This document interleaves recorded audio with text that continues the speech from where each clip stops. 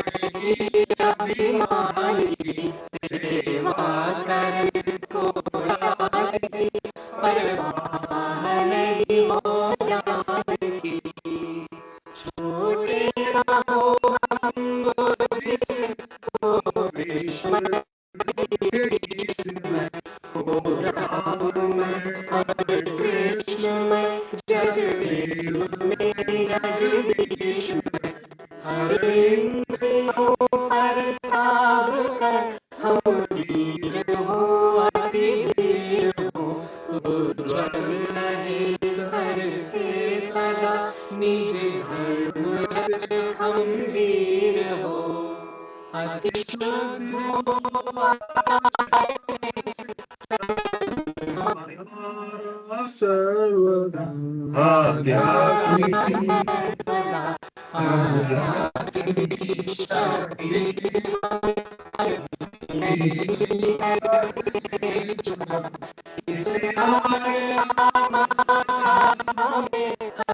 श्वास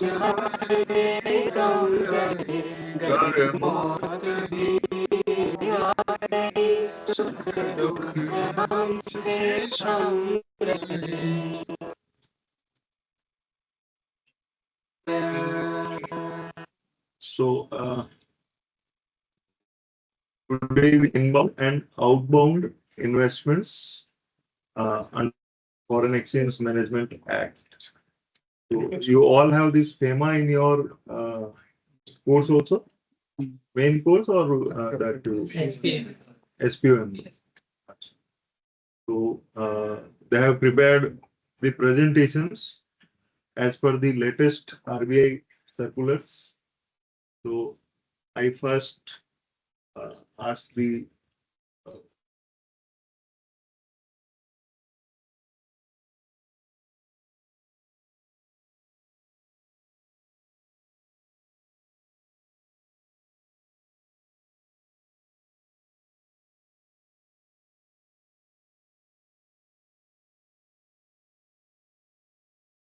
The capital flies where it is welcomed, but it stays where it is well governed. Regulatory compliances is not a barrier to global wealth. It is its infrastructure. A very good afternoon to one and all present here. Today, I, Naman Somani, I, Tanishan. we all are here to present and enhance our views on the topic inbound investments and outbound investments under FEMA. So, let's welcome you to the cross-border architecture. Now, as professionals who are handling corporate portfolios, the understanding of cross-border transactions cannot rest on superficial assumptions. The foreign capital is essential for economic acceleration, but its movement is bound by strict sovereign rules. So today, we are going to break down the legal architecture that governs how billions land on Indian shores. Now, starting with what exactly is FEMA? Foreign Exchange Management Act, which was enacted in 1999 to replace FERA. This act represents a profound shift in India's macroeconomic mindset. The preamble explicitly dictates the dual purpose to facilitate its external trade and payments and to maintain an orderly foreign exchange market. So basically, होता क्या है? FEMA में it's deal with the exchange inflows and outflows beyond the countries across the world. जो भी export and import of goods and services हो गया, cash inflows, outflows, or the current and capital account transactions. Now, this is the complete roadmap which we will be learning today. यहाँ पे है chair. So basically, we have 4 modules. तेरे In ऊपर module पास 1, नहीं बैठना तो अलग बात है. in module 1, we will be learning about the core pillars, followed by module 2, which will explain us the residential framework. Then module 3 about inbound investment architecture. And in the end, the module 4, the entry tracks and the operational reporting. Now, there are 2 administrative powers, that is Ministry of Finance and Reserve Bank of India. So basically, we can understand these two as two parents. Let me tell you how. The Ministry of Finance in Delhi drafts the non-debt instrument rules, meaning they control the policy on who can own equity, who can invest in startups, and who can buy real estate. On the other hand, we have Reserve Bank of India, which manages the debt instruments, the liquidity, and the operational reporting. We can understand it as two parents. The first parent, that is the Ministry of Finance, is the parent who tells us the friends who can come to the party, and the other parent is Reserve Bank of India that pays for the party. Right? Now we have the question for the online participants. Which authority holds regulatory jurisdiction over non-debt instruments such as equity capital and startup investments under FEMA? Yes and Harsh. Option A, Reserve Bank of India. Option B, Ministry of Finance. Option C, Securities and Exchange Board of India. And option D, Enforcement Directorate. Yes and Harsh.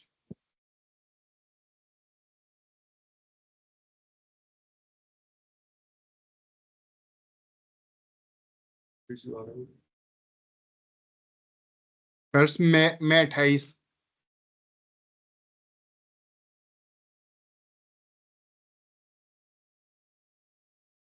Pulkit.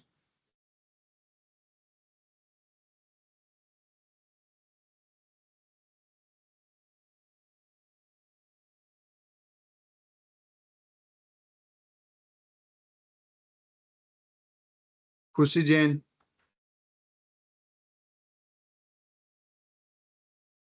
Sir, answer is B. Correct answer. Now, moving forward, we have the delegation of operational authority. So, if we look out practically, the RBI cannot look at your client's daily overseas invoices. So for that purpose, the frontline power is entirely delegated to AD Category 1 banks, that is the authorized dealer Category 1 banks, which is the primary gatekeeper. Now, if your documentation is not flawless, the bank will halt the remittance. Furthermore, the reporting is highly digitized through platforms like RBI's Pravaha portal, which is making real-time data tracking seamless for the regulators.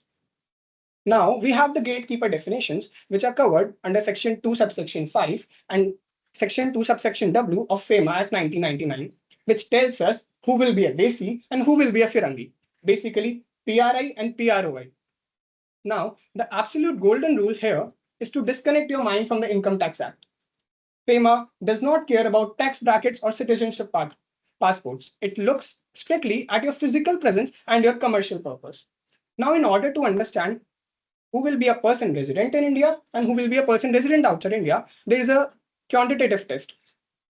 Now, in order to determine an individual's residency status for the current financial year, say financial year 25-26, we need to count the exact physical days they lived in India for the preceding financial year, that is financial year 24-25. Now, if it is more than 182 days, they satisfy the basic baseline of person resident in India. Now remember, we do not look at the current year's calendar for this baseline. Now let's take an example. What's your name? So Yashwardhan, imagine you in a situation, you are a big Indian businessman dealing in billions in India right now, and now you usually travel to different parts of the world in a year. You travel to 6-7 countries across the world because you love it. Now, I want everyone to calculate the number of days he stays in India and tell me the residential status of Yashwardhan. Now, in order to check the residential status of Yashwardhan for the financial year 26-27, we need to check the number of days he lived in India for the financial year 25-26. Now, he lived in India from 1st of April to 31st of September to 30th of September of that year, and then he moved out of India. So tell me his residential status.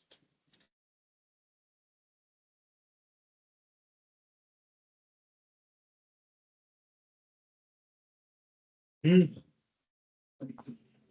He's resident. How many days? 20 days. Exactly. So means he is an Indian, he is a Desi. Now, however, counting days is just the first step. The real legal analysis depends entirely on qualitative factors, where commercial intent can completely wipe out the day count calculation. So in order to understand that, it is for the both outward movements and the inward movements. So imagine an individual who has satisfied the 182-day Indian presence rule in the preceding year will instantly lose the person resident in India status and become a PROI on day one of departure if they leave India for three purposes. That is, taking up employment outside India, carrying out on a business, vocation, or trade outside India, or for any other purpose that indicates an intention to stay outside India for an uncertain duration. Now, if an individual spent all 365 days of the previous financial year in India, but packs their bags and flies to London to take up a permanent job, they do not remain an Indian resident under FEMA. The moment they cross the border with the intent of employment abroad, they legally became a person resident outside India. Now, the same thing happens for the inward movements. A foreign citizen or a overseas resident who has not been in India for 182 days in the prior year will instantly acquire PRI status on day one of arrival if they enter India for taking up employment inside India, for carrying out a business, vocation, or trade inside India, or for any other purpose with an intention to stay inside India for an uncertain duration. Now, the question for the online participants. If a foreign citizen arrives in India on an employment visa to run an Indian subsidiary, from which day do they acquire PRI status under FEMA? Khushi Jain.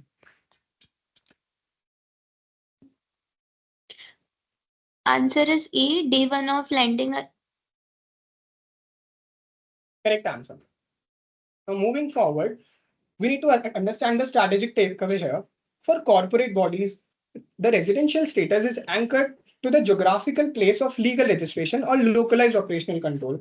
मतलब अगर हम India के laws में registered है या फिर हमारा operational business India में लोकेटेड है, then we will be considered as a person resident in India. Now, for any company, partnership firm, or LLP registered or incorporated under Indian laws within the territory of India is permanently a PRI. On the other hand, any branch, office, or agency located outside India, even if owned or controlled by a foreign corporate body, is statutorily treated as a person resident in India for its local operations. Now, there is a legal classification for foreign exchange movements, which covers two types of transactions: current account transactions and capital account transactions. So in current account transactions means any transaction that does not alter the assets and liabilities position of any person outside India for a person resident in India, or inside India of a person resident outside India. Means like Yashvardhan does a transaction in foreign and it does not alter the assets and liability position, then it will be covered under the current account transaction. And for example, a person resident outside India, for example, Donald Trump, if he does a transaction in India, which does not alter the assets and liability position, it will be covered under current account transactions. For example, the short-term banking expenses, interest payment on loans, or living expenses of parents and children abroad.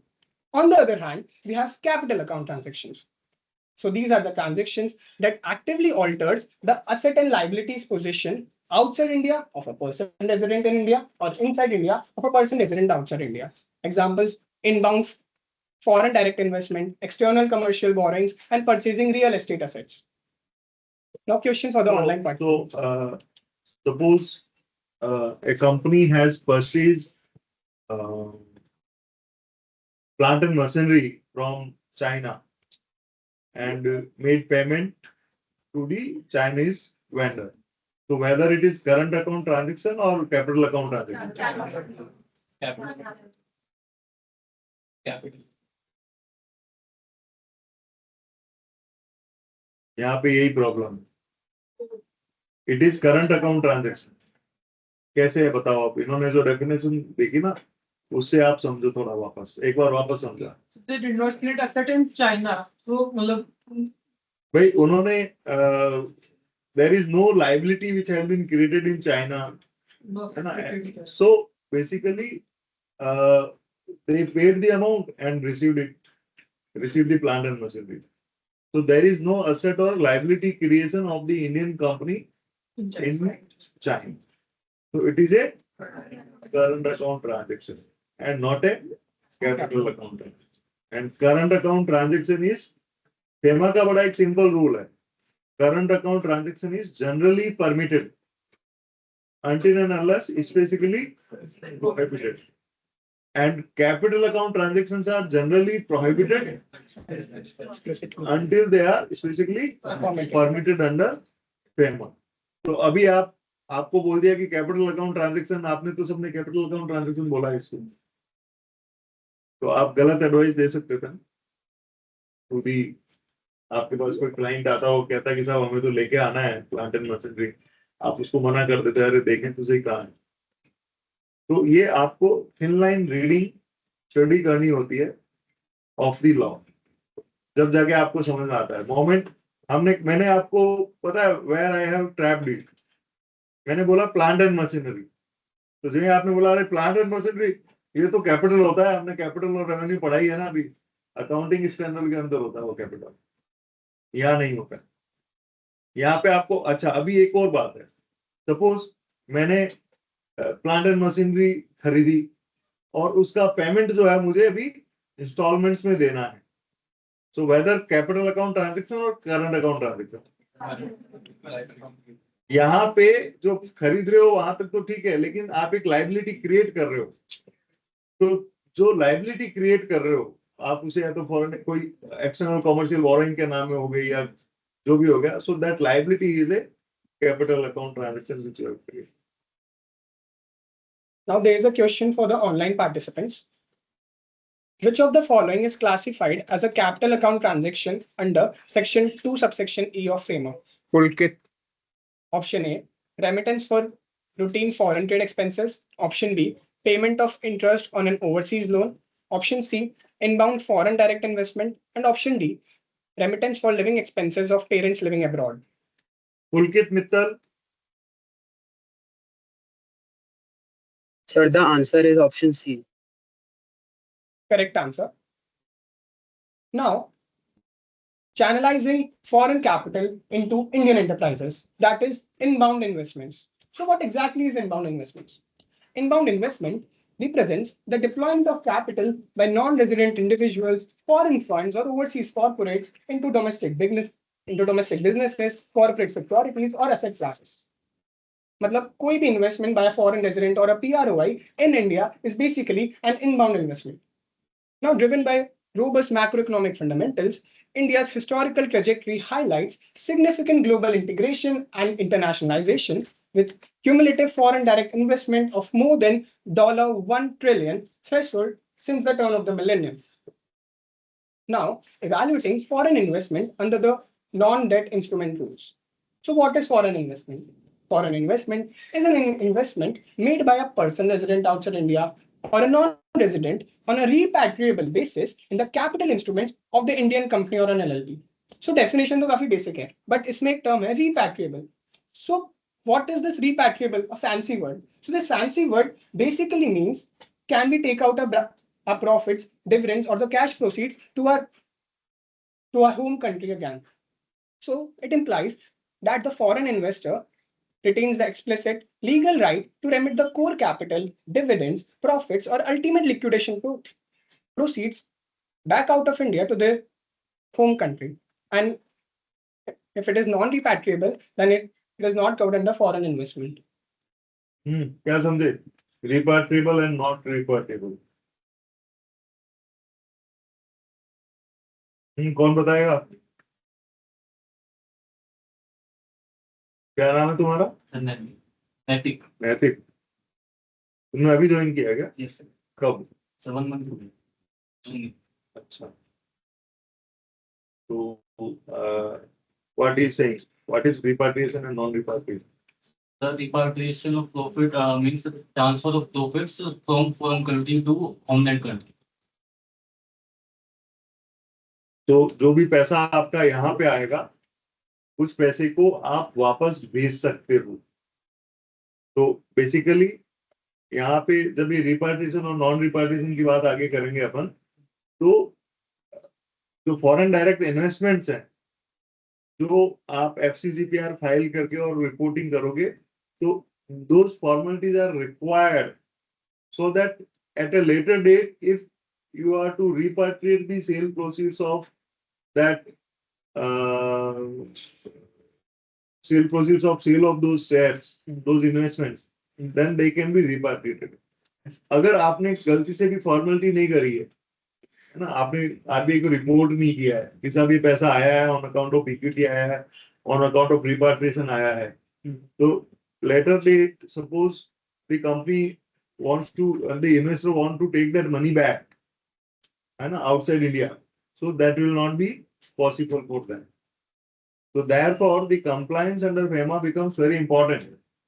that जिस दिन पैसा आया उस दिन उसका nature क्या है ना, उसका कलर क्या है। अगर वो कलर रिपाट्रिएशन वाला है तो आप उस पैसे को बाद में भेज सकते हो।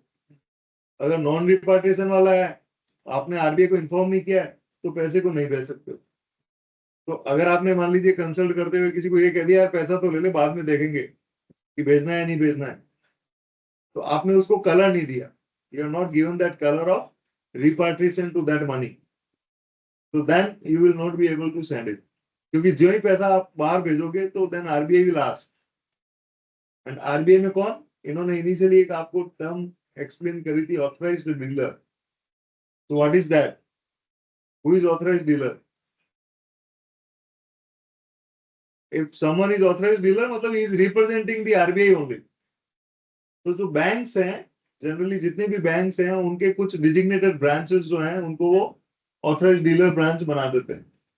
तो ये जितनी भी करस्पॉन्डेंस आपको करना है, वो RBI के ऑफिस जाके नहीं करनी है। You have to make correspondence with the respective authorized dealer. तो वो जैसे मान लो बैंक ऑफ बड़ौदा है, HDFC है, ये सारे बैंक जो हैं, they have some designated branches who deals in the foreign exchange and they are the authorized dealer of the RBI. Authorized dealer का मतलब RBI के authorized dealer है, क्योंकि जगह जगह RBI नहीं जा सकती, तो उन्होंने इन बैंक्स को अपना authorized dealer बना रखा है। And then there are category 1, 2, 3 dealers. तो वो अलग अलग कैटेगरी के डीलर जो हैं, they have अलग अलग rights and when they can deal with. Now moving forward, we have a permitted financial forwards versus the debt exclusions. So the permitted list basically under the non-debt instrument rules includes the equity shares, which must be fully paid up, compulsorily convertible preference shares, compulsorily convertible debentures, and share warrants. And what excludes here is the non-convertible, optionally convertible, and partially convertible structures are completely excluded from this definition. Now, let's take an example. Example 1. A venture capital fund incorporated in Singapore, which is outside India, subscribes to a fresh issue of convertible preference shares, which is in the permitted list, in a technology startup entity based in Bangalore. So it is a foreign investment. In the next example, we have an industrial enterprise, which is headquartered in Tokyo, which is another outside India, which contributes to capital directly into an Indian manufacturing LLP to secure a partnership stake. That is वही इसमें वो convertible and जो permitted list वाली चीजें हैं वो सब आ रही है, एंड आउटसाइड इंडिया वाली कंपनी इंडियन कंपनी में इन्वेस्ट करिए, so it is a foreign investment. Example 3 में है a non-resident individual purchases equity shares of a listed domestic blue chip company through an authorized broker on the NSE, which is also an investment. Now, what is the strategic takeaway here? Whether structured as venture equity, partnerships, or secondary public market purchases, every influx of non-resident capital triggers specific reporting requirements. मतलब सबको reporting requirements करनी ही पड़ेगी अगर कोई भी foreign investment आ रहा है तो. Now, there are two types of investment which will help us to understand कौन casual investor है and कौन formal corporate investor है. We have two types of investment here: foreign direct investment and foreign portfolio investment. In foreign direct investment is an investment which is made by a person resident outside India in an in an unlisted public company, or an acquisition of 10% or more of the equity capital of a listed Indian company. On the other hand, we have foreign portfolio investment, which is an investment by a registered foreign portfolio investor who is holding less than 10% of the equity capital of the listed Indian company. फिर से बताता हूँ, foreign direct investment में basically जो भी unlisted company में Indian company में investment है वो एफडीआई में आएगा, या फिर 10% और मोर उसने इन्वेस्टमेंट है इक्विटी कैपिटल का of an Indian listed company, तो वो एफडीआई में कवर होगा. एंड यही चीज अगर 10% से कम है, it will be covered under foreign portfolio investment. Now here's a twist. If a foreign portfolio investor crosses the 10% line in the Indian listed company, then the classification of the investment will instantly shift from FPI to FDI. Now moving forward, we have a Uno reverse to this twist. Basically, if the foreign portfolio investor by accidentally breaches the 10% investment limit via market accusation, it has 5 days. And these are not just 5 regular days. These are strictly 5 trading days in which the investor can divest their excess investment and reclassify its investment from FDI to FPI, right? Now the question for the online participants. What is the strict equity ownership threshold that separates a foreign portfolio investment from a foreign direct investment in a listed Indian company? Paras. Option A, 5%. Option B, 10%. Option C, 26%. And option D, 51%. Paras and Manan.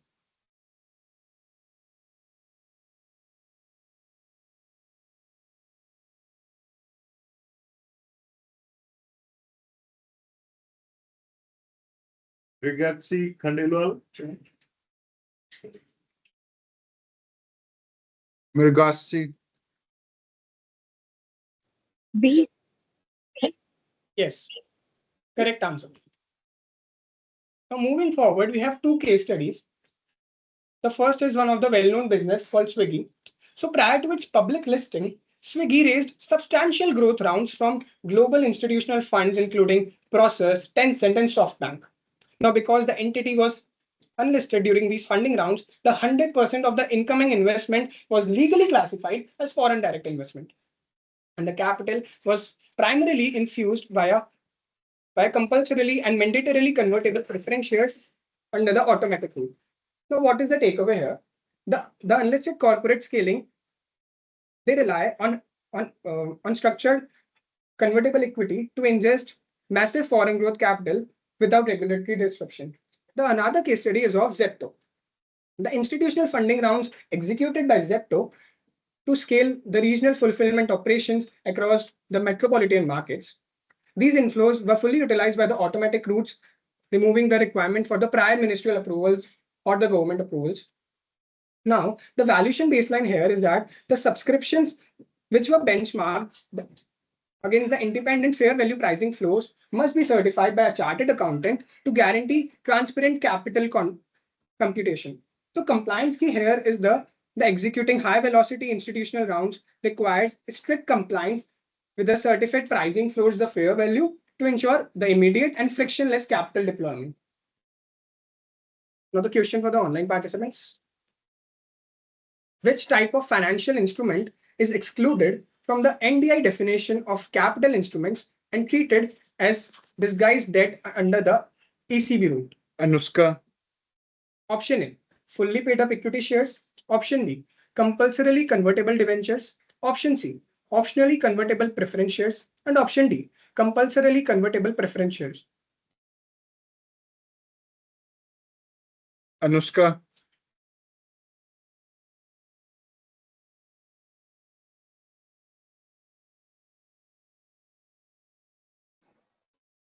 Divya. Option C. Correct answer.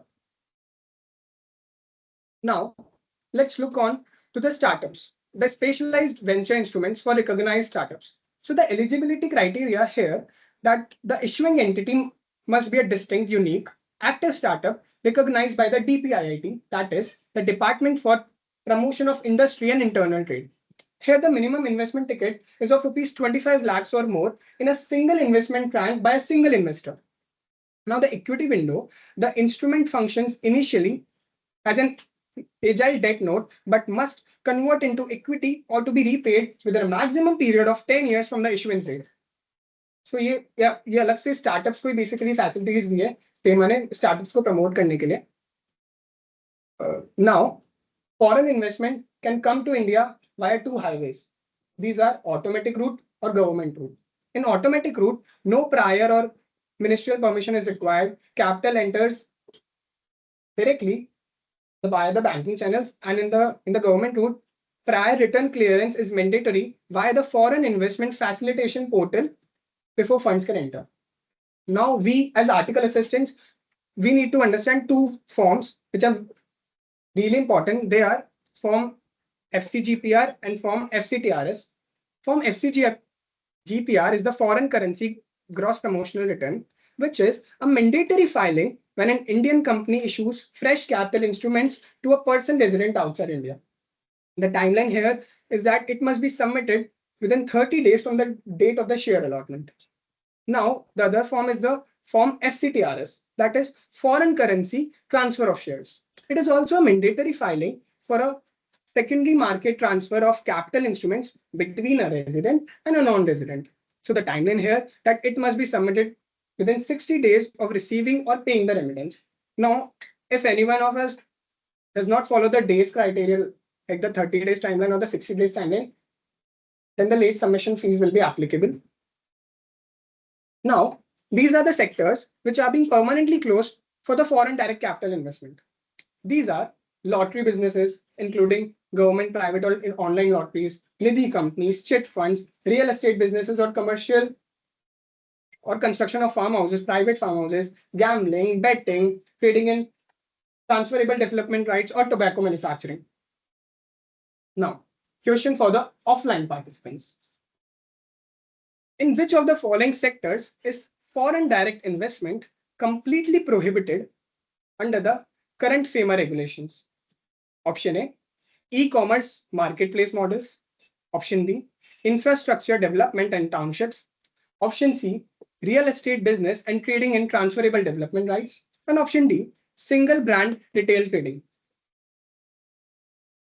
Yes. Correct answer. Now, there's a confusion all around about the real estate business, क्योंकि government ने clarify करा है. So, एक prohibited sector है, एक permitted sector है in the real estate business. Prohibited sector में आता है the buying and selling of real estate assets with the core intent of earning short-term trading profits. That is for capital appreciation or for the construction of private farmhouse properties. On the other hand, the permitted category includes the infrastructure development. The 100% investment is fully permitted for the development of townships, construction of commercial offices or residential premises, infrastructure projects like roads, bridges, and earning regular rental income by the leasing of commercial real estate. So strategic takeaway here is that the FEMA bans speculative land flipping, but actively encourages foreign capital that constructs long-term growth, the long-term commercial or residential infrastructure. So these are the caps now, the partial caps and the government approval tracks given by the government, industry to industry, via two types of route, that is automatic route and government route. So the first sector is the multi-brand retail trading, which has a maximum cap of 51% wholly through the government route. Next is the private sector banking for 74%, the maximum limit, in which 49% is through the automatic route and beyond that is through the government route. Next is defense manufacturing, 74% through automatic route and rest through the government route.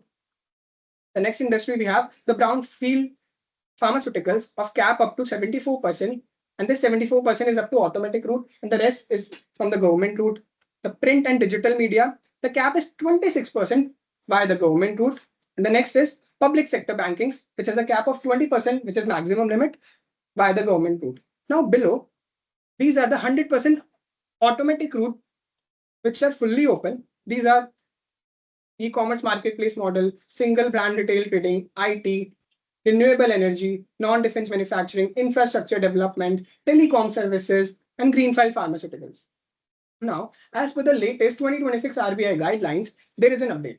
The update is that the historical foreign equity restrictions in insurance companies, which is now being removed, and now the 100% foreign direct investment is applicable through the automatic route. So now the foreign operators, they must strictly adhere to the Indian insurance regulatory frameworks. And now the KMPs and the majority of board of directors must remain person resident in India for this purpose. Now, the geopolitical filters on inbound capital movements. So the rule here is that if any investing entity that belongs to, originates from, or has its beneficial ownership tied to a country that shares a physical land border with India, is completely barred from using the automatic route. Now, the mandatory route here is that the government route. Every such investment transaction must undergo a mandatory prior government approval, regardless of the underlying sector or the standard industry cap. Now, So none of the neighbor country can yes, invest. sir. The border countries cannot Border invest. countries cannot invest in India They can invest through from the automatic, prior permission of the through government. government route. Yes, sir. So the government route here means that you need to go to the FIPB, Foreign Investments Promotion Board, FIPB, Yes, sir. for the purpose of taking the permission and Permission. approval from them. But automatic route doesn't mean that you need to, you are not required to do anything. You are required to do the, the compliances, like filing of the form with the authorized dealer, FCGPRE tool. And whenever there are sales of these sets, then you are required to file the form FCTRS. So this form itself, have you included the forms also? Yes, sir. That what are the details required? ठीक So है, that बाद will में be बता। covered by the third. नहीं, details भी डाली क्या उसमें आपने? Good, Format. because- अच्छा, okay. ठीक। Now, अगर हमें लग रहा है कि if कोई फॉरेन कंपनी शेल कंपनीज बना लेती है इंडिया में एंड उससे इन्वेस्टमेंट्स हो सकते हैं, बट फेमा ने मतलब जो पीएमएलए एक्ट है उससे एक रूल आया है, the 10% trigger rule, which says a modern refinements clarify that beneficial ownership for the land border restriction checks is triggered at a 10% or greater ownership or economic interest level at the investment fund layer. The regulatory alignment is that this threshold is directly aligned with the domestic PMLA Act standards to identify the ultimate beneficial owner. मतलब ultimate जो beneficial ownership है वो identify कर ही लेगा वो. Now, for the purpose of valuation floor, when an Indian company issues new shares to person resident outside India, the issuance price cannot fall below the fair value which is being calculated by the internationally accepted pricing methodology certified by a chartered accountant or a SEBI registered merchant banker. In the same way, when a resident sells existing shares to a non-resident, the PROI buyer must pay at least the certified fair market value flow to ensure the domestic capital protection. मतलब basically domestic investors को protect करने के लिए, Indian market को protect करने के लिए. Now we have downstream investments. So downstream investments refer to any investment which is made by an Indian entity that is itself owned or controlled by foreign investors into the capital instruments of another domestic company or LLP. Basically, let's take an example. If there is a company A Limited, which is an Indian company, which is being wholly controlled by a foreign company B Limited, and now A Limited wants to invest in a company C Limited, which is an Indian domestic company. Now, if A Limited wants to invest in C Limited, then the FEMA provisions will apply here because the ultimate owner is the B Limited, which is a foreign company. Now, moving forward is the question for the offline participants.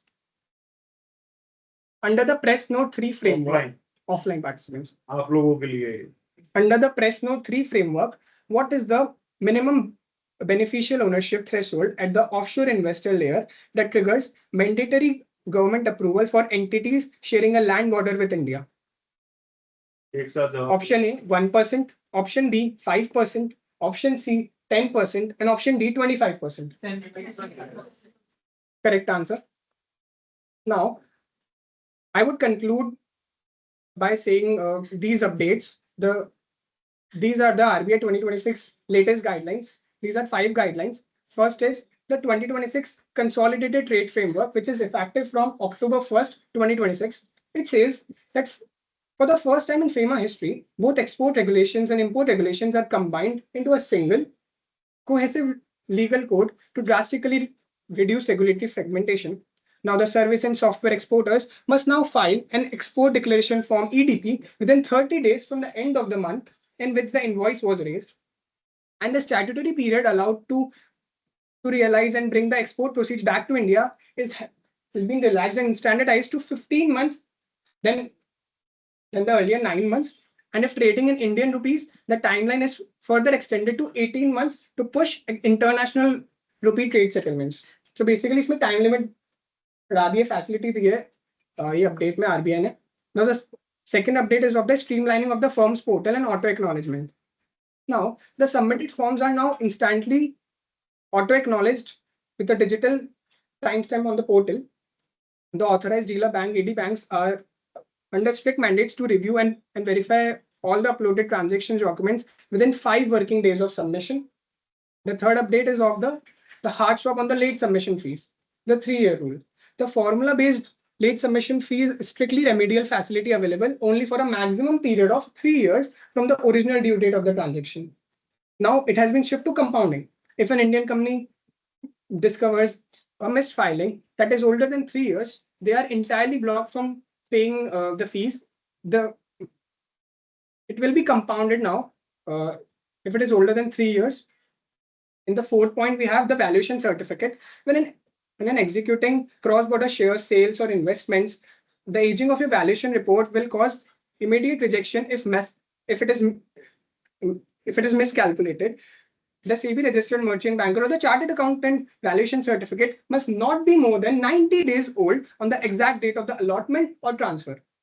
The last point, we have the annual FLA reporting return of replatforming, the due date of which is July 15, 2026. Now, every Indian entity that has historically ingested FDI or holds an active ODI must file the foreign liabilities and assets return annually. For the current financial year, say financial year 25-26, the filing deadline is fixed for July 15, 2026, executed specially via the RBI's Flare portal. Thank you.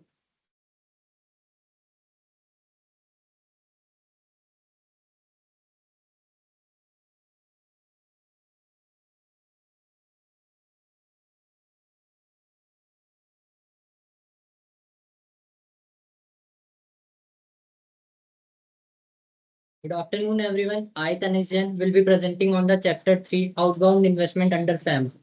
What we will be covering in our session is legal framework, rules, reportings, modes of investment, speaker की आवाज में जोश है ना थोड़ा, and some real world scenarios. Lunch नहीं किया ना इन्होंने. घर से खा कर आया. Now let us understand inbound versus outbound investment. Inbound investment means in which the money is flowing from outside country into Indian country, and outbound investment means money is going from India to a foreign country. Inbound investment refers to an investment made by non-resident individual, overseas companies into domestic business, corporate securities, or any other asset classes. Outbound investment. Outbound investment refers to an investment made by a person resident in India in a foreign entity by acquiring ownership, control, financial interest in a business located outside India. Now let us understand what is overseas direct investment. Overseas direct investment includes acquisition of unlisted equity capital of a foreign entity, subscription as a part of MOA, investment in 10 or more of paid up equity capital of a listed foreign entity, or investment with control even where the stake is below 10% of the paid up equity of a listed foreign entity. If अगर एक बार कोई investment classify हो जाता है ODI से और उसकी threshold limit 10% से कम भी हो जाती है तो भी वो कंटिन्यूअली क्लासीफाई रहेगा as a ODI. Once an investment is classified as ODI, it continues to be treated as ODI even if the stake letter falls below the 10% or control is subsequently lost. Let us understand with an example. ABC Private Limited, an Indian company engaging in manufacturing automobile components, want to expand in business in Germany. The company decided to establish a fully owned subsidiary in Germany, which is XYZ Germany, to set up its subsidiary, and it remits 5 million USD from India to Germany. So this investment will be treated as a foreign direct investment. Now let us understand why overseas direct investment matters. It will give us global market access, lower cost of capital, blend and competitiveness, trade and employment. Now, what all legal framework governing ODI? Foreign Exchange Management Overseas Investment Rules 2022, Foreign Exchange Management Overseas Investment Regulation 2022, Master Direction which is given by RBI, and superseded regime. Now, what all key reforms brought by the 2022 regime? Enhance clarity in the definition of control, financial commitment, net worth, ODI, OPI, introducing the concept of strategic sector, deferred payment, clear framework where investor entity is under investigated by investigative agency, corporate guarantees, right of permitted on account of investment and late submission fees. Now we will be learning some key definitions of control equity capital. What is control?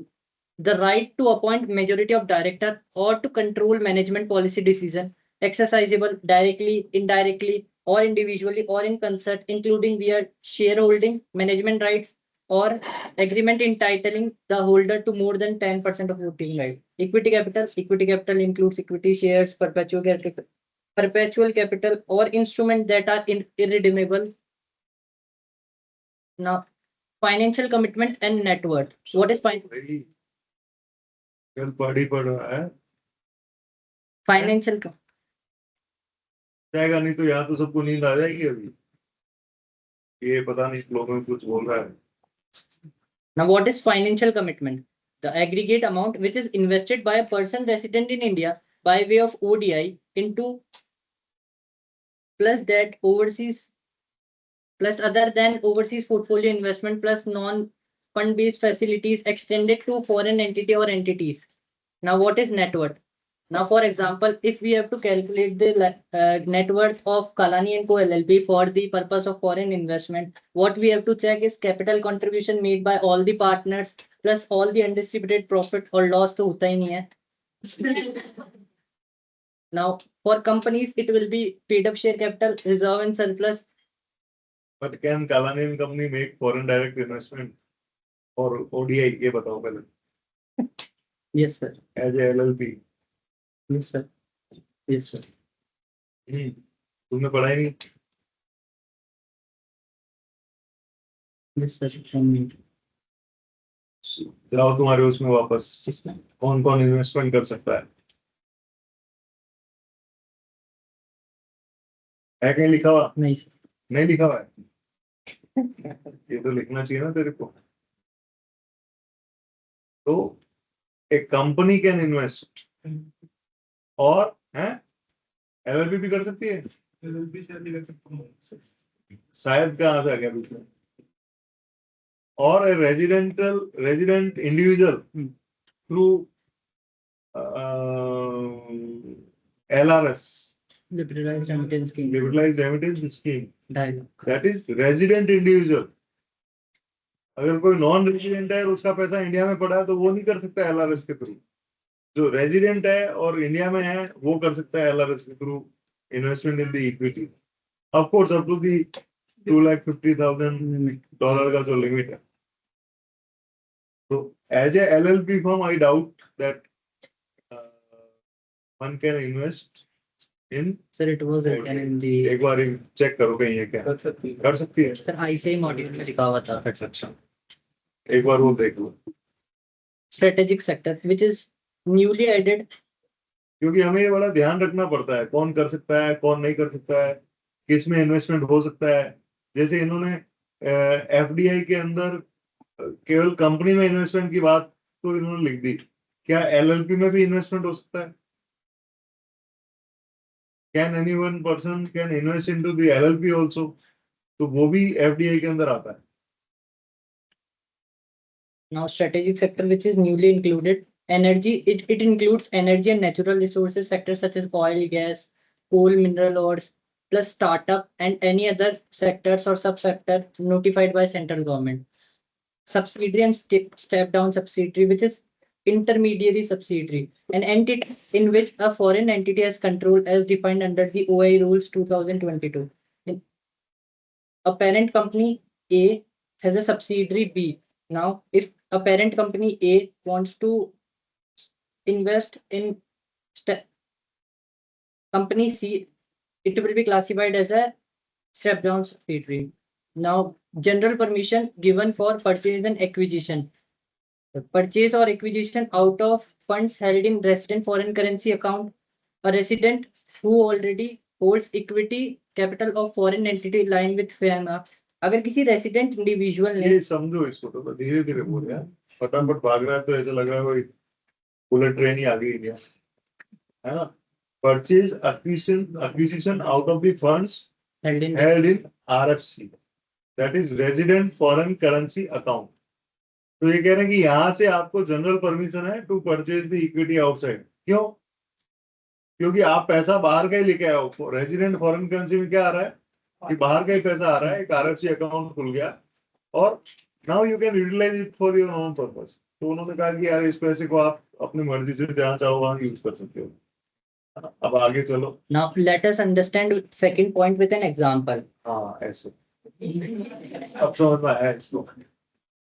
Suppose Mr. A has invested in company X in USA and that company is issuing right issue or bonus issue. Now Mr. A wants to subscribe right issue or bonus issue. It can freely subscribe that right issue and bonus issue. Point number 3, out of foreign currency resources held by person abroad by a person employed in India for a specific job assignment not exceeding 3 years. Let us understand this with an example. If Mr. John, a resident of USA, came to India for a temporary consultancy service, which is less than 3 years. Now, before coming to India, he has a 50,000 USD in his bank account of USA. After coming to India, if he wants to invest those $50,000 in any other stocks or any other investment, he can freely purchase or acquisition. Under section 6, subsection 4 of FEMA, holding, owning, transferring, or investing in foreign currency security property acquired while resident outside India or inherited from an NRI. Let us take an example. If Mr. Yashwardhan बाहर ही घुमाओगे तुम. Mr. Yashwardhan, an Indian resident. Mr. Yashwardhan, Indian resident, shifts to USA for a job for 8 years. Now, in that period of 8 years, he purchased a house there in Australia. Now, after 8 years, he settled back to India. Now, after 8 years settling back to India, if he wants to sell this house, he can freely sell this house and reinvest that fund into any other securities. An investment made outside India by financial institution in an IFSC. Now, let us understand Rule 19, which is restricted prohibited sectors for ODI. Real estate sector, including transferable development rights, gambling, ODI into gambling business in any other form is prohibited. INR financial products, structural restrictions and country specific bar, no more than 2 layers of subsidiary. If let us understand this with example. If ABC Limited India has invested in company X Russia, which is and the company X has invested in company Y in India, then ABC Limited cannot invest in company X Russia. Now there is country specific bar. If an foreign entity which is formed, registered, incorporated in Pakistan, in that country laws, investment cannot be made without a prior approval of our central government. Now, entities which are exempt from Rule 19 provision are banking companies, NBFCs, insurance company, and government company. Now, question for online participants. Which of the following activities is prohibited for ODI under Rule 19 of the Overseas Investment Rules 2022? Option A, IT and software service. Option B, manufacturing for exports. Option C, buying and selling of real estate. Option D, setting up a trading company. Vaishnavi Tanya Suhana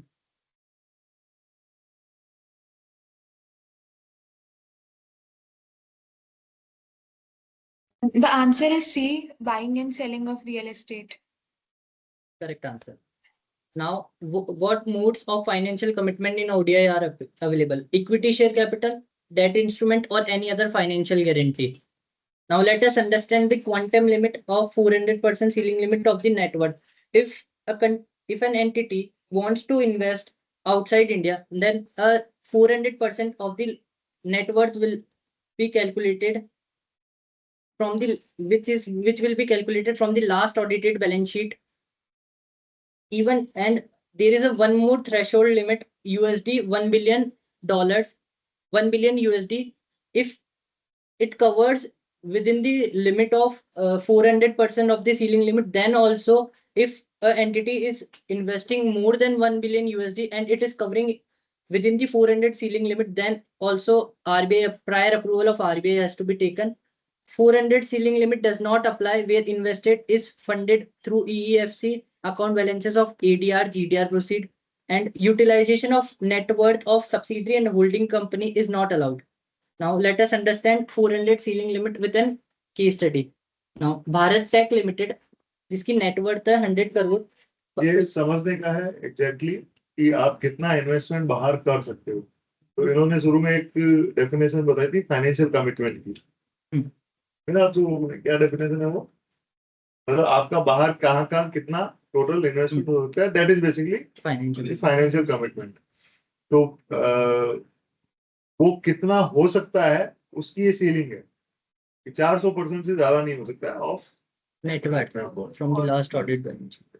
So जो Bharat take limited की net worth है वो 100 करोड़ है. तो अपन इसकी ceiling limit check करेंगे तो 100 crore into 400% which is 400 crore.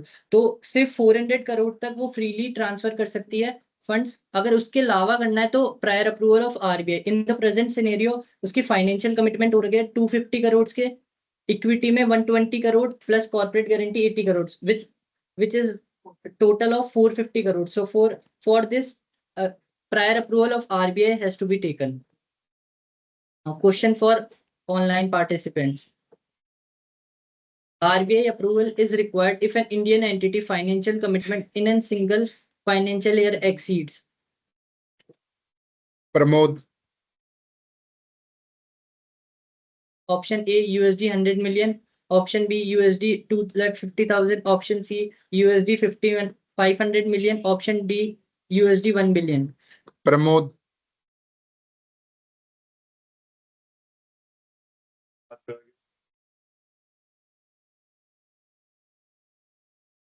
Bhavna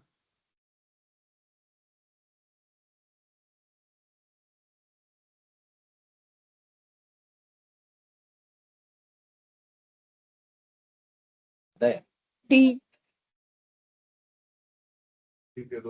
Correct. Now, section valuation norms and bona fide business activity. Now, the valuation of investment must be based on arm length price and the pricing which has to be followed internationally accepted valuation methodology, and compliance with Rule 11 UA must be ensured while making the investment.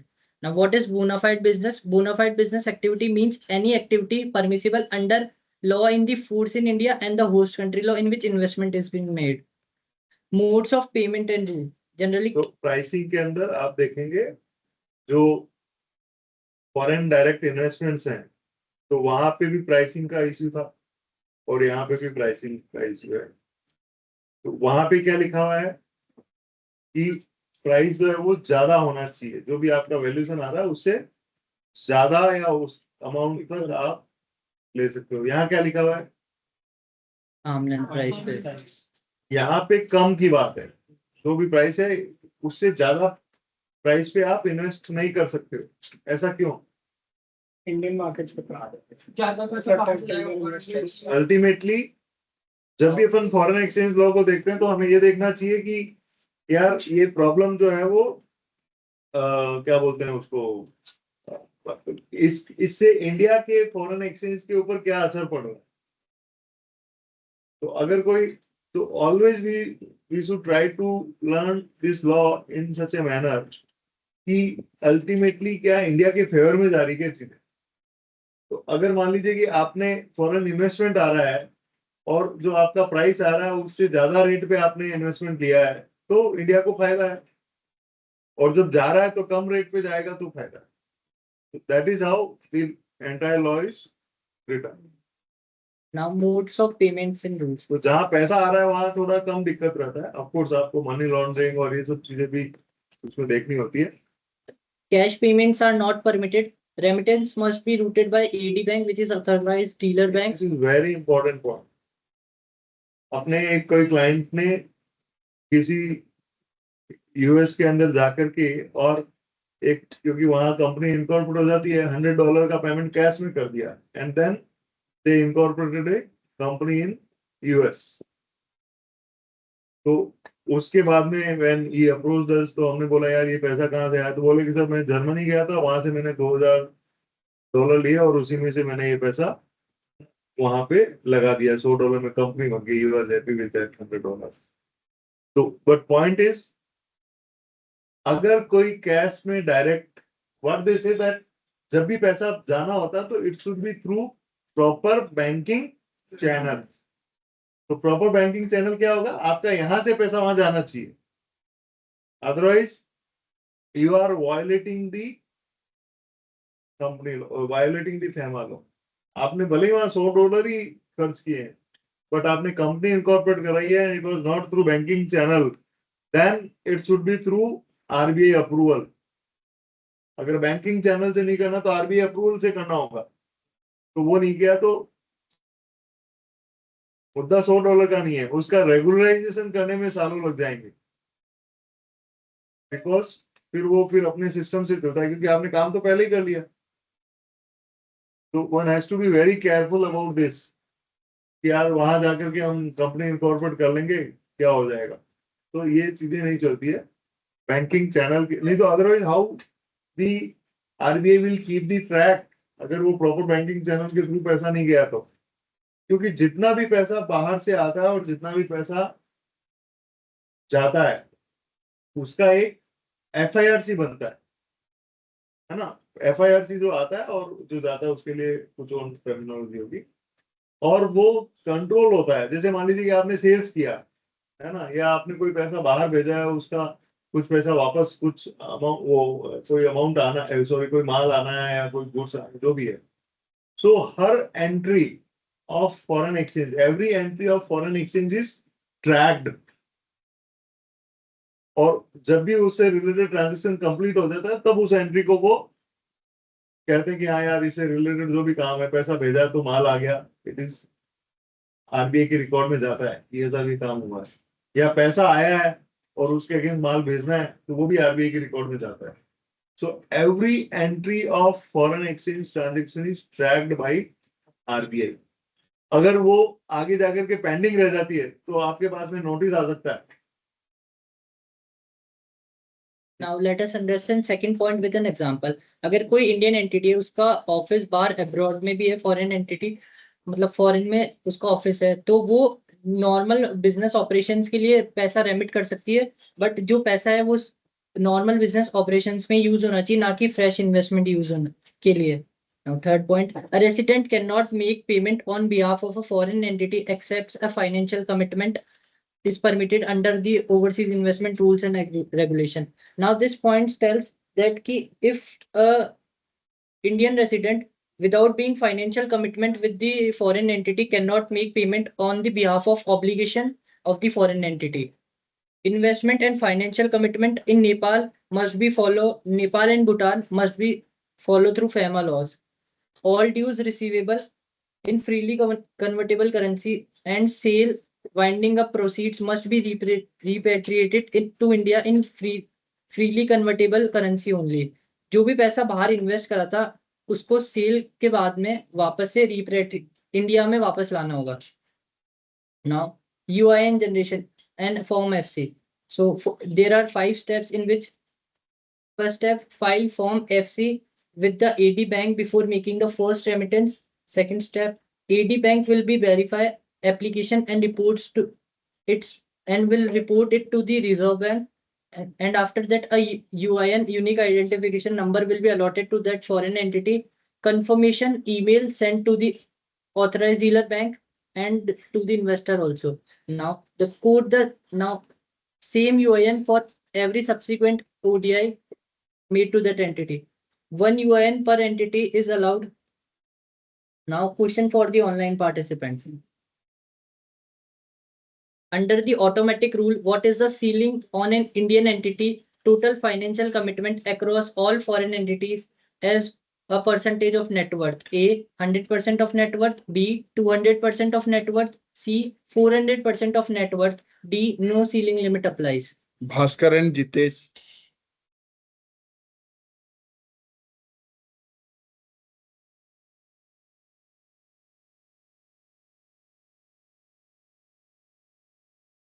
Bhaskar Khandelwal, Jitesh.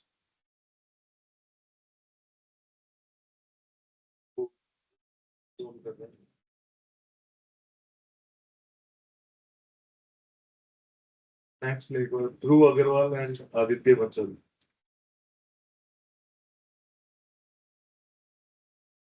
Dhruv Agarwal, Aditya Vansal.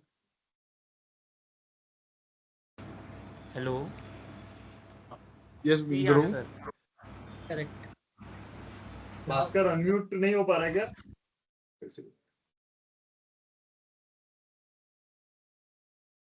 ठीक है sir. Now we will understand Form FC. It consists of 5 sections. Section A tells in which basic information of Indian entity and its net worth and total financial commitment is to be. Section B, foreign entity particulars. Section C, methods and source of investment. Section D, declaration of pricing, valuation compliance, gifted security, debt commitment, share certificate of previous remittance, and LRS limit. Now, as a statutory auditor, the Form FC Section E compliances. Remittance is not violation or restriction prohibited. जितने भी अपन आज discussion कर रहे हैं ना, तो जहाँ कहीं भी आप ऑडिट पे भी हो, क्योंकि आजकल क्लाइंट क्या ट्रांजैक्शन कर लेता है, वी रियली डोंट नो. तो मैं तो वो पूछता है या अपने हिसाब से कोई भी उसको गलत भी एडवाइस दे सकता है. तो जहाँ कहीं भी फॉरेन का पैसा यहाँ आ रखा है ना, अपनी कंपनी में एज ए इन्वेस्टर आ रखा है, और whatever way, you should always try to see the relevant law. ये तो अपन केवल आज फेमा का inbound and outbound investment discuss कर रहे हैं, बट इसके अलावा भी कई ऐसे ट्रांजेक्शन हो सकते हैं. तो हमेशा अपना क्लिक होना चाहिए कि यार इसमें फेमा की कंप्लायंस है या नहीं है. और आजकल तो इतना ज्यादा अवेलेबिलिटी रहता है कि यू कैन आस्क फॉर कि यार ये इस तरीके का ट्रांजेक्शन परमिटेड है नहीं है, क्या है. तो we have to be vigilant also in clients such transaction when we are doing audit. As an auditor, we have to check total financial commitment within the ceiling limit of 400%, pricing and valuation norms. If a ODI is a financial activity, then condition in para 2 schedule 1 have been made. Regulation 12 compliance, no fresh commitment made with an earlier reporting delay remain unregularized. क्या है condition in para 2 schedule 1? Sir वो आगे आएगी. अच्छा. Where remittance relates to personal guarantee by director, promoter, the guarantee plus group company commitments remains within the prescribed limit. If a director is giving financial commitment to a foreign entity, in that case, the ceiling limit will be checked. The guarantee of the director plus group company commitments, it should be remains within the prescribed limit. Now, board resolution, Indian company before making investment, a board resolution to be passed, FATF compliance, compliance with financial action task force as a high risk or under increased monitoring should be checked. Liberal LRS limit should be checked, which is 2,50,000 USD. Underlying documents and annual performance report. Underlying document. If a loan should be supported by a loan agreement, share purchase supported by a share purchase agreement, guarantee supported by a guarantee agreement. Now, annual performance report should be certified by statutory auditor. Due dates of this annual performance report, if a company is following the 31st following financial year 31st March ended, then the due date will be 31st December of that financial year. And if a company is following the financial year 31st December, then the due date will be the next financial year's 31st December. Question for online participants. If a foreign entity's accounting year ends on 31st December, by when must the annual performance report be filed? Option A, 31st March same year. Option B, 30th June same year. Option C, 30th September next year. Option D, 31st December next year. Harsh Agarwal. Answer is D, 31st December next year. Correct. Now, ongoing compliance and bank undertaking. Compliances of previous remitted must be checked for in annual performance report. It should be filed within the due date. Share certificate of previous remittance should be reached to the AD bank within the 6 months of the remittance. Form for foreign liabilities and asset must be filed within its due date. Now, undertaking commonly sought by AD bank. और AD bank को क्या check करना होगा कि उसकी जो net worth है, जो सीलिंग लिमिट है 400% ऑफ नेटवर्थ होनी चाहिए, जो थ्रेशोल्ड लिमिट है $1 बिलियन के अंदर अंदर होनी चाहिए, और जो है 2 layers of subsidiary which is step down subsidiary नहीं होनी चाहिए, और जो इन्वेस्टमेंट हो रहा है वो ऑटोमेटिक रूट के थ्रू ही हो रहा है. If a entity delay in reporting late submission fees. If a person delays filing a required form written document, then it may still file it with the late submission fees through the designated AD bank. If a person still fails to report after the late submission fees window, then it became for penal action. Now, ODI under the financial sector. If an Indian entity, अगर कोई Indian entity है जो financial services कर रही है India में, अगर उसको इन्वेस्ट करना है फॉरेन कंट्री में जो कि फाइनेंशियल सर्विसेज में ही है, तो इसके लिए उसको 3 चीजें चेक करनी पड़ेगी. जो it has posted net profit in each of the 3 preceding financial year, it is registered with regulated by a financial service regulator in India, it has obtained approval required from regulators both in India and the host country jurisdiction. If an Indian country which is not dealing in financial services may still make an ODI payment in the foreign financial services except banking or insurance if it has posted its net profit in the preceding 3 financial years. Bank and NBFC regulated by RBI. Overseas investment must be subject to the RBI conditions. ODI under strategic sector includes oil, gas, coal, mineral oil, mineral ores, submarine cable system startups, and any other sector, subsector the central government deems necessary. A significant new concept introduced by 2022 design. Central government may, on application through RBI, permit financial commitment above the prescribed limit in strategic sector geographies subject to condition. AD bank may allow remittance after confirming necessary RBI and central government permission is in place. Question for online participants. Under the liberalized remittance scheme, what is the annual limit within which a resident individual overseas financial commitment must generally fall? A, USD 1,25,000, B, USD 2,50,000, option C, USD 5 lakh, option D, USD 10 lakh. Chris Dhamija.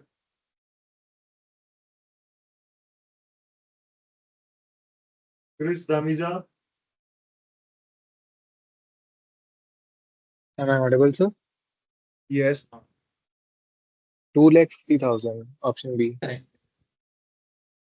Now financial commitment by way of pledge or charge. but ये 2,50,000 जो है वो Resident individual. Resident individual के लिए है, along with अगर उसने मान लीजिए कि कोई और पैसा भी भेज रखा है थ्रू LRS तो वो माइनस होगा. तो ये it is an aggregated limit for all items which fall in LRS.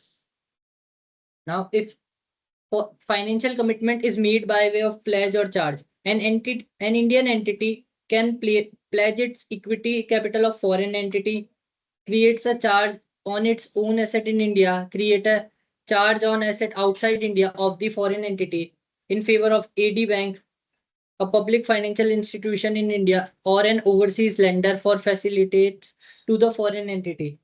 Financial commitment की जो वैल्यू होनी चाहिए वो लोअर ऑफ प्लेज वैल्यू और the value of facility amount होनी चाहिए. Creation and enforcement of the pledge charge must follow the act, rules and regulation directed and issued thereunder. Asset on which charge is created must not be securitized. Pledge of shares of an Indian company for an overseas lender is additionally government by foreign exchange management non-debt instrument rules 2019. Now, overseas investment made by a resident individual. If a resident individual making an ODI or OPI, overseas portfolio investment, subject overall to liberalized remittance scheme, which should be within the limit of 250,000 USD. ODI is permitted only in a foreign entity not engaged in financial services and which has no subsidiary or step down subsidiary where the individual has control. OPI is permitted including by way of reinvestment. अगर किसी ने invest कर रखा है बाहर foreign entity में और अगर उससे उसको कोई इनकम होती है तो वो वापस से उस पैसे को रीइन्वेस्ट कर सकता है without any restrictions. Now there are some special routes for individual gift, inheritance and ESOP. On all of the followings there is no limit. Without limit it can be overseas portfolio investment. There is an ceiling limit of 50% of net worth. A listed Indian company may make ODI, including by way of reinvestment, acquisition of equity via right issue or bonus share is permitted. Capitalization of dues from the foreign entity is permitted within the time periods specified and where remittance need no prior RBI central government approval. Swap of securities is permitted. Merger, demerger, amalgamation or scheme of arrangement is valid mode. Now NOC has to be taken from a person which is not classified as a full defaulter or under investigation by financial regulator. If that person is not giving a NOC within the 60 days, then it will be assumed as a deemed NOC. ODI in startups must not be funded from borrowed fund. It should be made from the internal accrual profits. ODI by registered trust society. A registered trust society in the education sector or one that has step up in India may make ODI with prior RBI approval subject to section 4 condition. Now there is a question for online participant. What is the ceiling limit on OPI by a listed entity, by a listed Indian entity as a percentage of its net worth on the date of its last audited balance sheet date? Option A, 100% of net worth. Option B, 50% of net worth. Option C, 400% of net worth. Option D, no ceiling limit applies. Navya and Naman. Offline participants. अच्छा offline. 50%, correct. Now, transfer, liquidation and restructuring of ODI. Transfer of equity capital is permitted. Pricing, documentation and reporting norms are made. Restructuring. Foreign currency account abroad and deferred payment. An Indian entity may open, hold and maintain in foreign currency. तुम्हारे ये participant इधर आ गया और वो उधर चला गया.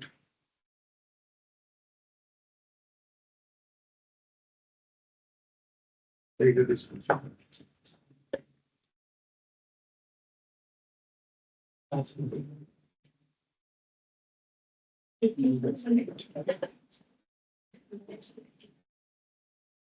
Now, deferred payment. If a remittance for acquiring equity capital is deferred beyond MOA subscription. Let us understand this with an example. If an Indian entity has invested in a foreign entity and it has to make a payment of 100 million USD, then if it is making a 60% profits, which is 600 crore, then the rest 400 crore will be classified as a non-fund based payment. And after that, if the payment is made for in that, it will be reported in the form FC as conversion to equity. Question for offline participants. Under Rule 10, no objection certificate is to be obtained if the lender, regulator, or investigative agency does not respond to an application within how many days. NOC days is no objection presumed. Option A 30 days, option B 45 days, option C 60 days, option D 90 days. Thank you.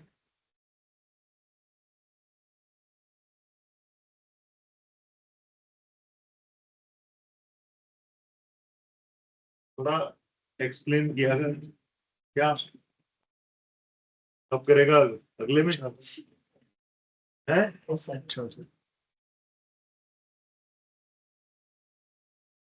अच्छा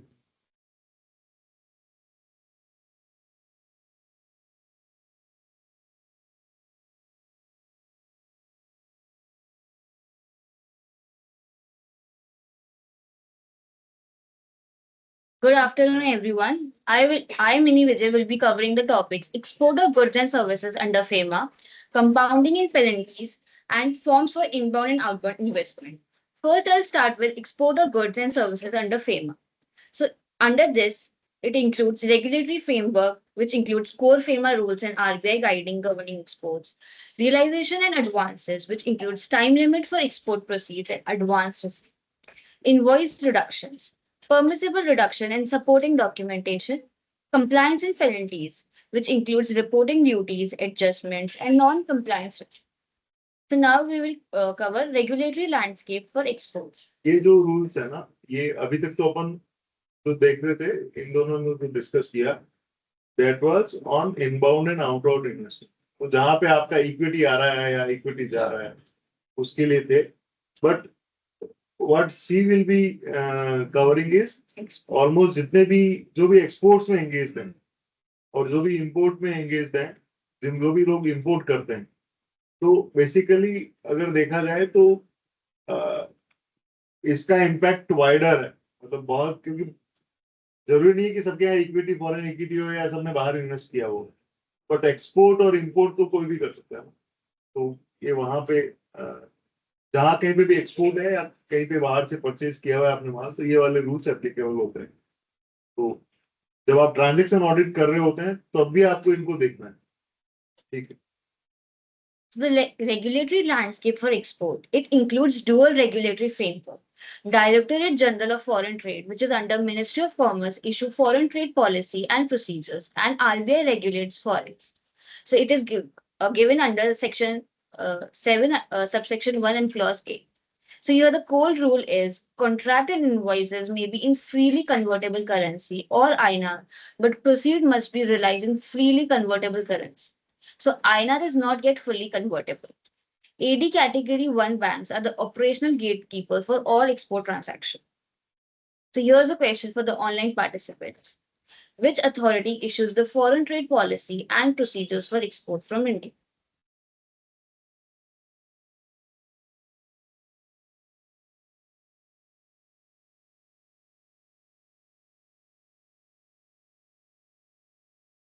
Anush. Option A, Reserve Bank of India. Option B, DGFT, Directorate General of Foreign Trade. Option C, Ministry of Finance. Option D, Securities and Exchange Board of India.